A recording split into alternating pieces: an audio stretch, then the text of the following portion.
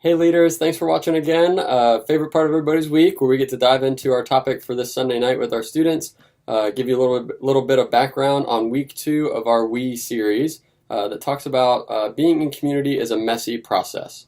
Last week we landed on the idea that we need community, and community is one step further than some of us are really comfortable going, because when we pursue community, things start to get personal, things start to get messy, and we wrestled with the idea that regardless of the messiness and the craziness that being in community brings to our lives, if we really think about it, we see that we all gravitate towards community, and within each of us there's this desire for us to know and be known by other people.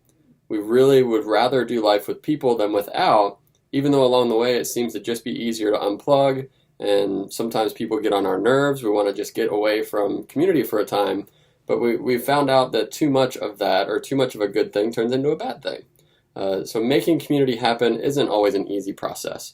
Maybe in your groups this past week you had a chance to talk about that a little bit and land on the idea of, yes, we desire and need community, but at the same time that can be difficult sometimes. So what do we do with that? How do we follow each other, and what examples do we have to look to when community gets messy? Now, making community happen isn't an easy process. We have to let people in. We have to participate in a community of God's people where we really have to expose who we truly are. We have to become vulnerable. We have to stop pretending, and it really requires a risk for us, and not exactly what most of us want to do. Now, how many of you have ever been annoyed with somebody, or how many of you have found yourself being irritated by somebody else? Most of us at some point have, which really makes our scripture story for this Sunday night all the more amazing. That we're looking at the story of the early church. We're fast forwarding away from Genesis to the New Testament, looking at the book of Acts. And the book of Acts really tells us a lot about the formation of the first and early church, the way that they did things. It's a great example for looking at the first church that came out of after Jesus' life. So it's amazing the way they did things. So we'll check out what Scripture says. It says, "All the believers devoted themselves to the apostles' teachings, and to fellowship, and to sharing in all meals, and to prayer. A deep sense of awe came over all of them, and the apostles performed many miraculous signs and wonders.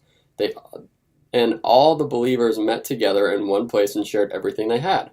Here's where it gets kind of amazing, that they were all together at the same place, and it continues to say they sold their property and possessions, they shared the money with those in need, they worshiped together at the temple every day, they met in homes for the Lord's Supper, they shared their meals with great joy and generosity, all while praising God and enjoying the goodwill of all people.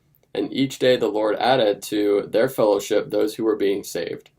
It's incredible the example we get from that of what their community looked like. It continues on to say, all the believers were united in heart and mind. They felt that what they owned was not their own, and they shared everything they had. The apostles testified powerfully to the resurrection of the Lord, and God's great blessing was upon all of them. There were no needy people among them, because those who owned land or houses would sell them and bring the money to the apostles to give to those in need. Now that's a level of togetherness that few people would know or believe was even possible to experience.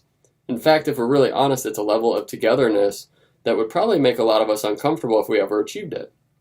And it's not because it's not right, it's not because it's anything bad about that, it's just difficult to get there. The Christian church was started during a time when people were being taken advantage of, they were being overtaxed, overworked, persecuted, and lived under the burden of foreign rulers. There wasn't enough food to go around, there weren't enough homes to house people, there just wasn't enough money to get by, so the early church wanted to do something about that. The early church saw the importance of community, and their picture of community went beyond anything we have ever seen. They did more than just sit in a circle and share prayer requests together. They bore one another's burdens in a way that any way that they could.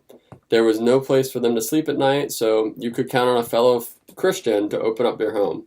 No food for your kids, you could count on a follower of Jesus to offer what food he or she had to feed your kids. No way to earn money, you could count on a follower of Jesus to provide for what you needed.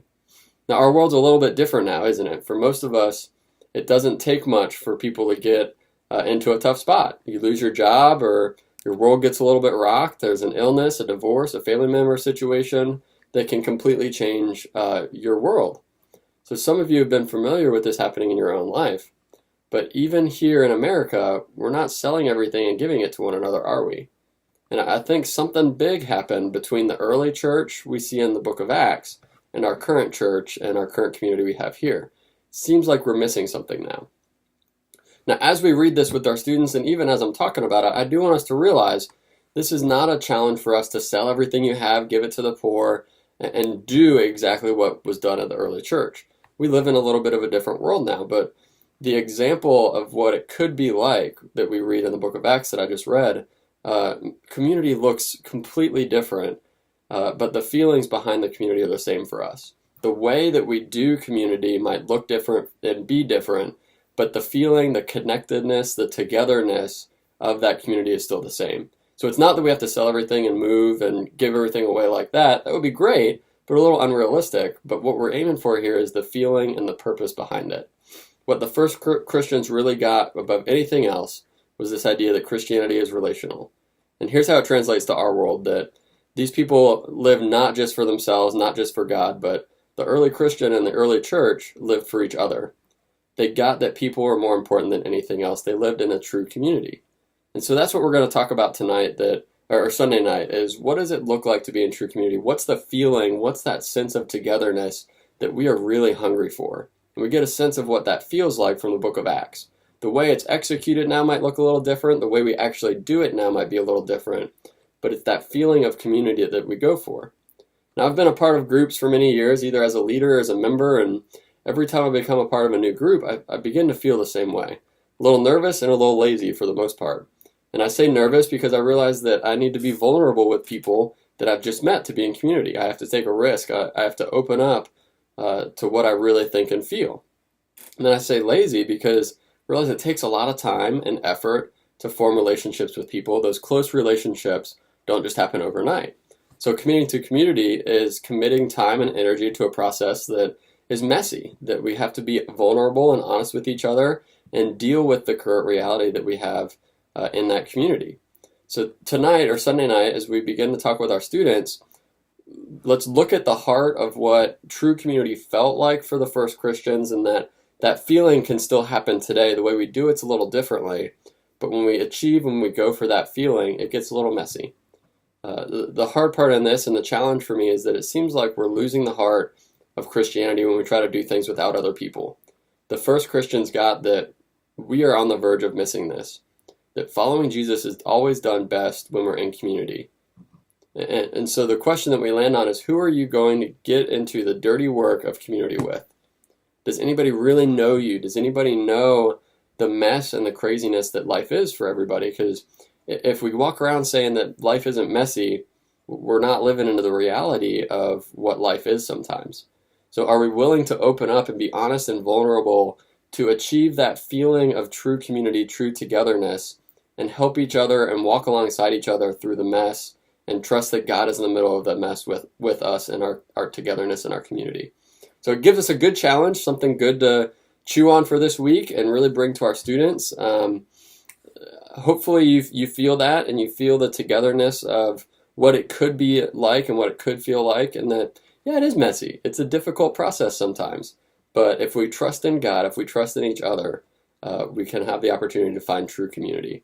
So thanks again for watching. I really appreciate what all of you do in ministry together here with Anona, and we couldn't do it without you. We'll see you at 4:15 for our leader meeting this Sunday, and have a great rest of the week. Thanks.